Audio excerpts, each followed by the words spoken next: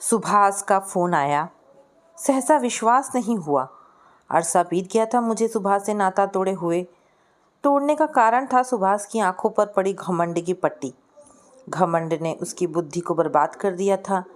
तभी तो मेरा मन उससे जो एक बार कड़वा हुआ तो आज तक कायम रहा। ना उसने कभी मेरा हाल पूछा, ना ही मैंने उसका पूछना चाहा। दोस्ती का मतलब ये नहीं है कि उसके हर फैसले पर मैं अपनी सहमति की मुहर लगाता जाऊं, मगर मुझे कहीं कुछ गलत लगा तो उसका विरोध करने से नहीं चूका, भले ही किसी को बुरा लगे। परंतु सुभाष को इस कदर भी मुखर नहीं हो जाना चाहिए था कि मुझे अपने घर से चले जाने को कह दे। सचमुच उस रोज़ उसने अपने घर से बड़े ही खराब ढंग से चले जाने के लिए मुझसे कहा। वर्षों की दोस्ती के बीच एक औरत आकर उस पर इस कदर हावी हो गई कि मैं तुच्छ हो गया। मेरा मन व्यथित हो गया। उस रोज़ तय किया कि अब कभी सुभाष के पास नहीं आऊँगा, तो आज तक अपना फैसला पर कायम रहा था। सुभाष और मैं एक ही कॉलोनी के थे।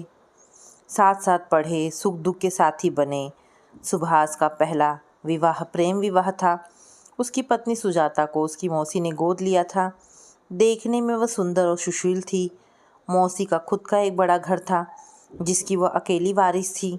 इसके अलावा मौसी के पास अच्छा खासा बैंक बैलेंस भी था जो उन्होंने सुजाता के नाम कर रखा था। सुभाष के माता पिता को भी वह अच्छी लगी। भली लगने का एक बहुत बड़ा कारण था कि उसकी लाखों की संपत्ति जो अंततः सुभाष को मिलने वाली थी। दोनों की शादी हो गई। सुजाता बड़ी समझदार और अच्छे ख्याल की थी। हम दोनों की दोस्ती के बीच कभी वह बाधक नहीं बनी।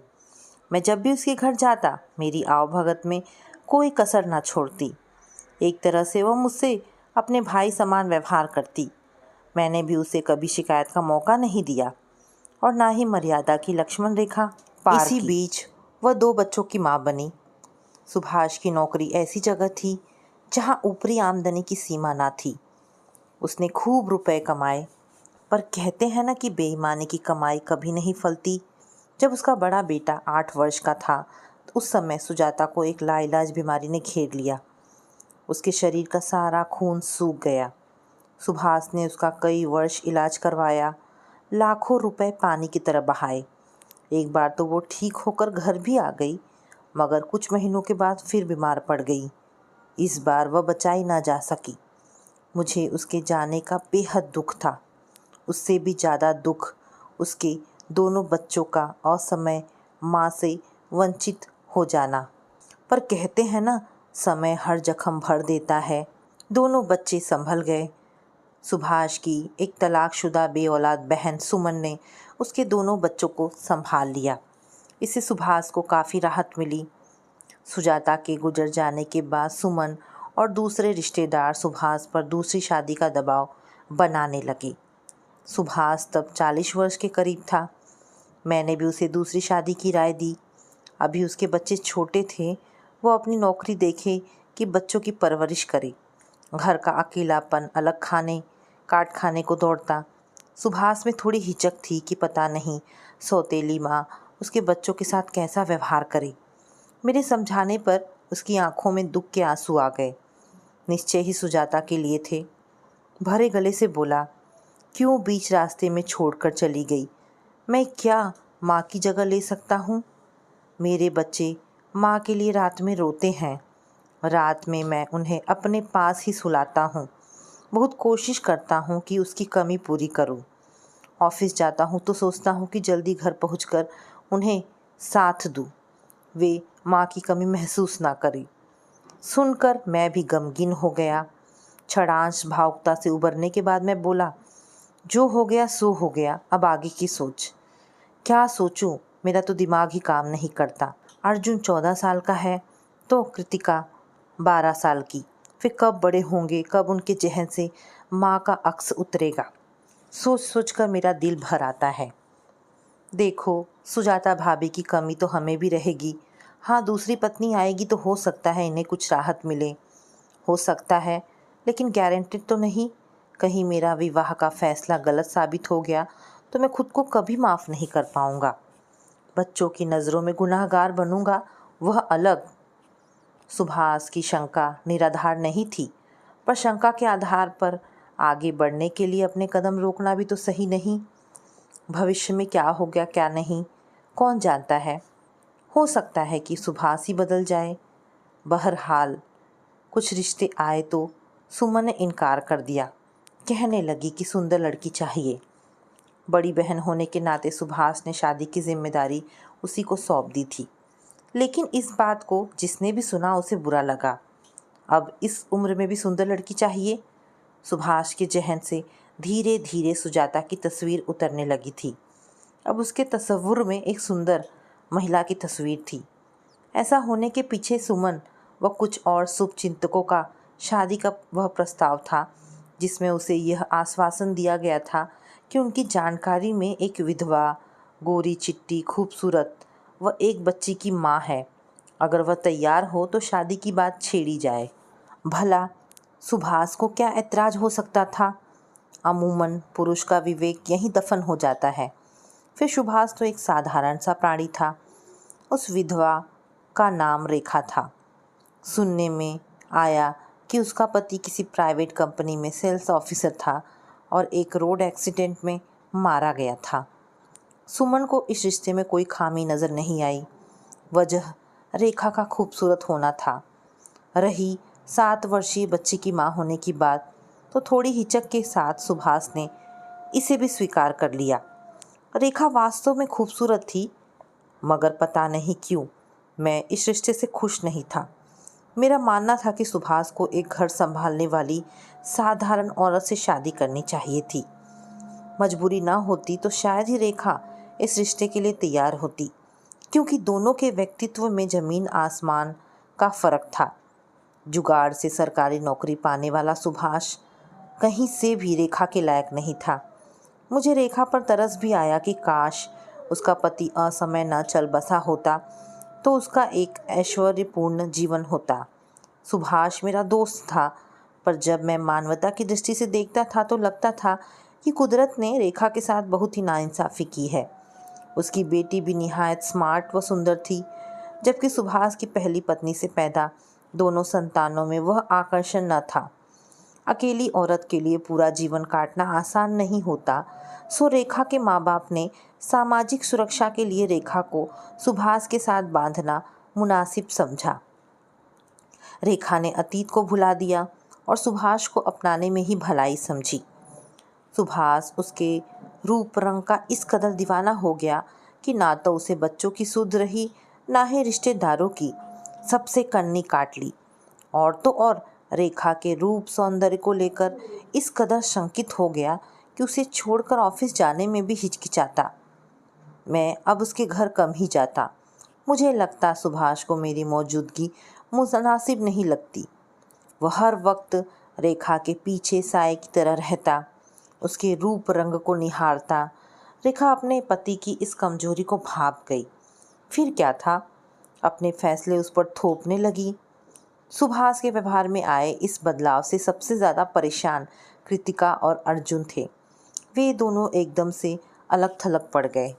सुभाष कहीं से आता तो सीधे रेखा के कमरे में जाकर उसे आलिंगनबद्ध कर लेता। बच्चों का हाल चाल लेना महज औपचारिकता होती। रेखा के रिश्ते में किसी की शादी थी। सुभाष व रेखा अपनी बेटी प्रिया के साथ वहां जा रहे थे। अर्जुन भी जाना चाहता था। उसने दबी जबान से जाने की इच्छा जाहिर की तो सुभाष ने उसे डांट दिया, जाकर पढ़ाई करो, कहीं जाने की ज़रूरत नहीं। अर्जुन उल्टे पांव अपने कमरे में आकर अपनी माँ की तस्वीर के सामने सुबकने लगा। तभी सुमन आ गई, उसको समझा बुझाकर शांत किया। सुभाष वही करता जो रेखा कहती। सुभाष का सारा ध्यान रेखा की बेटी प्रिया पर रहता। बहाना यह था कि वह बिन बाप की बेटी है। सुभाष रेखा के रंग रूप पर इस कदर फिदा था कि उसे अपने खून से उपजे बच्चों का भी ख्याल नहीं था। अर्जुन किधर जा रहा है, क्या कर रहा है, उसकी कोई सुध नहीं लेता। बस बच्चों के स्कूल की फीस भर देता, उनकी ज़रूरत का सामान ला देता, इससे ज़्यादा कुछ नहीं। अर्जुन समझदार था, पढ़ाई लिखाई में अपना समय बिताता। थोड़ा बहुत भावनात्मक सहारा उसे अपनी बुआ सुमन से मिल जाता, जो सुभाष की उपेक्षा से उपजी कमी को पूरा कर देता। अब सुभाष अपने पुश्तैनी घर को छोड़कर सुजाता की मौसी के दिए घर में रहने लगा। यह वही घर था जिसे सुजाता की मौसी अपने मरने के बाद अपने नाती अर्जुन के नाम कर गई थी। पुश्तैनी मकान में संयुक्त परिवार था, जहां उसकी निजता भंग होती। भाई भतीजे उसके व्यवहार में आए परिवर्तन का मजाक उड़ाते। अब जब वह अकेले रहने लगा तो रेखा के प्रति कुछ ज़्यादा ही स्वच्छंद हो गया। सुमन कभी कभार बच्चों का हालचाल लेने आ जाती। मुझे अर्जुन से सुभाष का हालचाल मिलता रहता। सुभाष के व्यवहार में आए इस परिवर्तन से मैं भी आहत था। सोचता उसे राह दिखाऊं, मगर डर लगता कि कहीं अपमानित ना होना पड़े। अर्जुन से पता चला कि रेखा माँ बनने वाली है तो विश्वास नहीं हुआ। 2 बच्चे पहली पत्नी से, तो वहीं रेखा से एक इतनी बड़ी बेटी और पैदा करने की क्या ज़रूरत थी। अर्जुन इंजीनियरिंग की पढ़ाई करने चला गया। कृतिका बीएससी में थी। वो खुद 45 साल की लपेट में था। ऐसे में बाप बनने की क्या ज़रूरत। यहीं से मेरा मन उससे तिक्त हो गया। मुझे दोनों घोर स्वार्थी लगे। मैंने सुमन से पूछा। पहले तो उसने आनाकानी की, बाद में हकीकत बयां कर कहने लगी कि इसमें मैं क्या कर सकती हूँ, यह उन दोनों का आपसी मामला है। उसने पल्लू झाड़ लिया। जो अच्छा न लगा, कम से कम सुभाष को समझा तो सकती थी। दूसरी शादी करते वक्त मैंने उसे आगाह किया था कि ये शादी तुम सिर्फ एक दूसरे का सहारा बनने के लिए कर रहे हो। तुम्हें अकेलेपन का साथी चाहिए। वही रेखा को एक पुरुष की सुरक्षा, जहाँ तुम्हारे बच्चों की देखभाल करने के लिए एक माँ मिल जाएगी, वहीं रेखा की बेटी को एक बाप का साया। सुभाष से सहमत था, मगर अचानक दोनों में क्या सहमति बनी कि रेखा ने माँ बनने की सोची। रेखा ने एक बेटे को जन्म दिया। वह भी बहुत खुश थी। खुशी भी देखने लायक थी, मानो पहली बार पिता बन रहा हो। सुमन को सोने की चैन दी। वो बेहद खुश थी। कुछ दिनों के बाद एक होटल में पार्टी रखी गई। मैं भी आमंत्रित था। रिश्तेदार पीठ पीछे सुभाष का मजाक उड़ा रहे थे, मगर वह इस सब से बेखबर था। रेखा से चिपक कर बैठा अपने नवजात बच्चे को खिला रहा था। अर्जुन और कृतिका उदास थे। उदासी का कारण था उनकी तरफ से सुभाष की बेरुखी। रुपया पैसा देकर बच्चों को बहलाया जा सकता है, मगर उनका दिल नहीं जीता जा सकता। अर्जुन और कृतिका को सिर्फ माँ बाप का प्यार चाहिए था। माँ नहीं रही, मगर पिता तो अपने बच्चों को भावनात्मक संबल दे सकता था। मगर इसके उल्टे पिता अपनी नई पत्नी के साथ रासलीला में डूबा था। जबकि दूसरी शादी करने के पहले उसने अर्जुन व कृतिका को विश्वास में लिया था। अब उन्हीं के साथ धोखा कर रहा था। पूछने पर कहता कि मैंने दोनों की परवरिश में क्या कोई कमी रख छोड़ी है। उन्हें अच्छे स्कूल में पढ़ाया और अब 12 लाख खर्च कर अर्जुन को इंजीनियरिंग की पढ़ाई करवा रहा हूँ। अब सुभाष से कौन बहस करे। उसे समझाने का भी कोई अर्थ नहीं बाकी रहा था। जिसका जितना बौद्धिक स्तर होगा वह उतना ही सोचेगा। सुमन भी दोनों बच्चों की तरफ से स्वार्थी हो गई थी। परित्यक्त सुमन को सुभाष से हर संभव मदद मिलती रहती, सो वह अर्जुन और कृतिका में ही बुराइयां निकालती। मेरे जहन में एक बात रह रहकर कांटे की तरह चुभती कि आखिर रेखा ने एक बेटे की माँ बनने की क्यों सोची। अर्जुन मौका देकर मेरे पास आ गया और व्यथित मन से बोला, क्या आपको ये सब देखकर अच्छा लग रहा है? ये मेरे साथ मजाक नहीं कि इस उम्र में मेरे पिता बाप बने हैं। गुस्सा तो मुझे भी आ रहा था। मैंने उसके मुंह पर सुभाष पर कोई टिक्का टप्पणी करने से बचने की कोशिश की, पर ऐसे समय मुझे सुजाता भाभी की याद आ रही थी। वह बेचारी अगर यह सब देख रही होती तो क्या बीतती उस पर। किस तरह से उसके बच्चों को बड़ी बेरहमी के साथ उसका ही बाप हाशिए पर ढकेल रहा है। कैसे पुरुष के लिए प्यार मोहब्बत महज एक दिखावा होता है। सुजाता से उसने प्रेम विवाह किया था। कैसे इतनी जल्दी उसे भुलाकर रेखा का हो गया। तभी 2 बुजुर्ग दंपति मेरे पास आकर खड़े हो गए। उनकी बातचीत से जाहिर हो रहा था कि रेखा के माँ बाप हैं। बहुत खुश रेखा की माँ अपने पति से बोली, अब मेरी बेटी रेखा का परिवार संपूर्ण हो गया, एक बेटा और एक बेटी। तो इसका मतलब सुभाष के परिवार से अर्जुन और कृतिका हटा दिए गए। मेरे मन में ये विचार आया। घर आकर मैंने गहराई से चिंतन मनन किया तो पाया कि रेखा द्वारा एक बेटे की माँ बनना सुभाष के साथ रिश्तों को प्रगाढ़ बनाने का जरिया था। ऐसे तो सुभाष की 2 संतानें और रेखा की 1, लेकिन आज तो सुभाष उसके रूप जाल में फंसा हुआ है। कल जब उसका अक्ष उतर जाएगा तब वह क्या करेगी? हो सकता है वह अपने दोनों बच्चों की तरफ लौट जाए, तब तो वह अकेली रह जाएगी। यही सब सोचकर रेखा ने एक बेटे की माँ बनने की सोची, ताकि बेटे के प्रेम के चलते सुभाष खून के रिश्ते से बंध जाए। साथ ही बेटे के बहाने धन संपत्ति में हिस्सा भी मिलेगा, वरना अर्जुन और कृतिका ही सब ले जाएंगे, उसके हिस्से में कुछ नहीं आएगा। औसत बुद्धि का सुभाष रेखा की चाल में आसानी से फंस गया। ये सोचकर मुझे उसकी अकल पर तरस आया। अर्जुन ने बीटेक करके अपने मनपसंद की लड़की से विवाह कर लिया। यह सब जानकर सुभाष ने उससे बात करना छोड़ दिया। वही अर्जुन का कहना था कि जब उन्हें हमारी परवाह नहीं तो हम क्यों उनकी परवाह करें? क्या दूसरी शादी उन्होंने हमसे पूछकर की थी? कौन संतान चाहेगी कि उसके हिस्से का प्रेम कोई और बांटे? ऐसा नहीं कहते, उन्होंने तुम्हें पढ़ाया लिखाया। मैं बोला, पढ़ाना तो उन्हें था ही, पढ़ाकर उन्होंने हमारे ऊपर कौन सा एहसान किया है? नानी हमारे नाम काफ़ी रुपया पैसा छोड़ गई थी। आज भी पापा जिस घर में रहते हैं वो मेरी नानी का है और मेरे नाम है। आज के लड़के काफ़ी समझदार हो गए हैं, उन्हें बरगलाया नहीं जा सकता। यही सोचकर मैंने ज़्यादा तूल नहीं दिया। कृतिका की शादी करके सुभाष पूरी तरह रेखा का होकर रह गया। ना कभी अर्जुन के बारे में हाल पूछता, ना ही कृतिका का। समय बीतता रहा। सुभाष ने रेखा के लिए एक फ्लैट खरीदा, फिर वहीं जाकर रहने लगा। अर्जुन को पता चला तो मेरठ आया और अपने घर की चाबी लेकर लखनऊ लौट गया।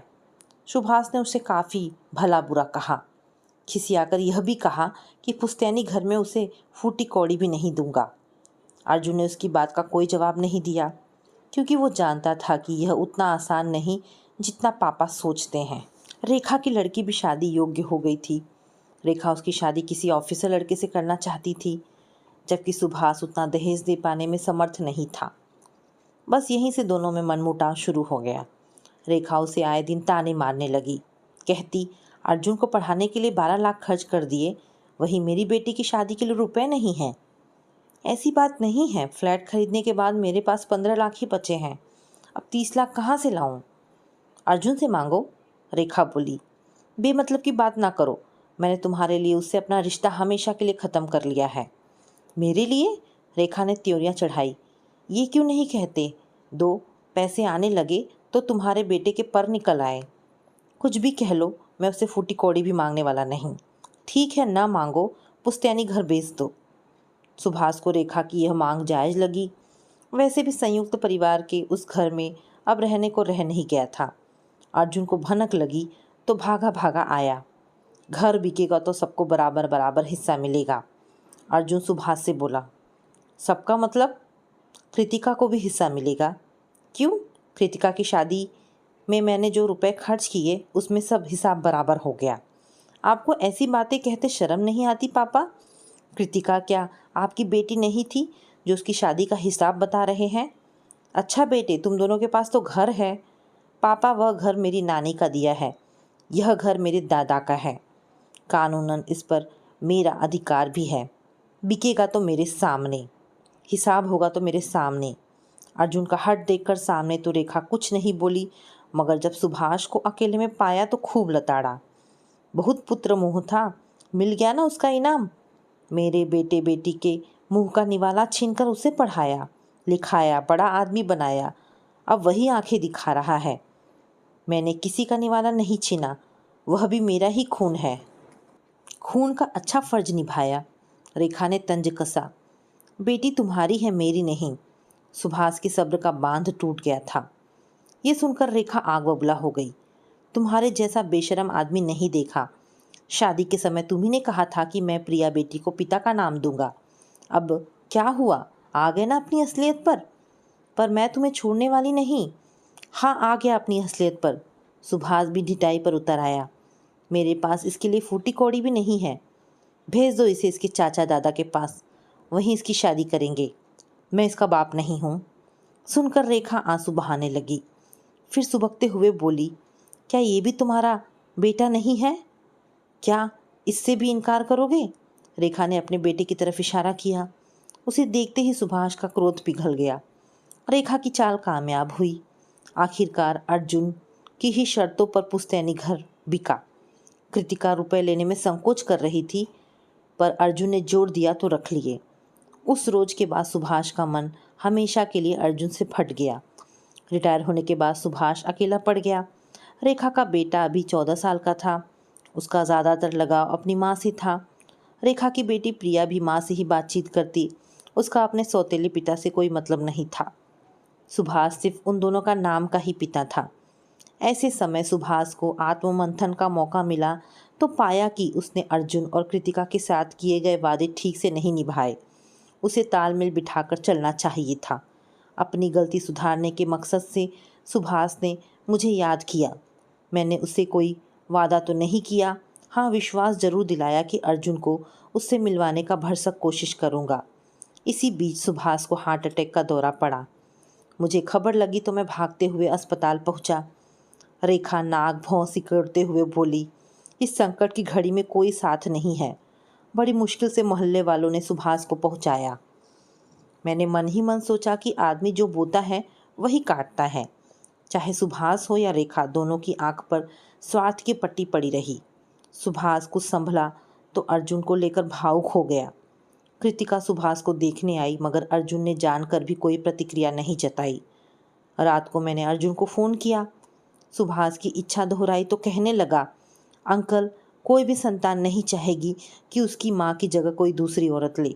इसके बावजूद अगर पापा ने शादी की तो इस आश्वासन के साथ कि हमारे साथ नाइंसाफ़ी नहीं होगी, बल्कि नई माँ आएगी तो हमारा बेहतर ख्याल रखेगी। हमें भी लगा कि पापा नौकरी करे कि हमें संभालें, लिहाजा इस रिश्ते को हमने खुशी खुशी स्वीकार कर लिया। हमें रेखा माँ से कोई शिकायत नहीं, शिकायत है अपने पापा से, जिन्होंने हमें अकेला छोड़ दिया और रेखा माँ के होकर रह गए। कृतिका की शादी जैसे तैसे की, वही रेखा माँ की बेटी के लिए पुश्तैनी घर तक बेच डाला। मुझे संपत्ति का ज़रा सा भी लोभ नहीं है।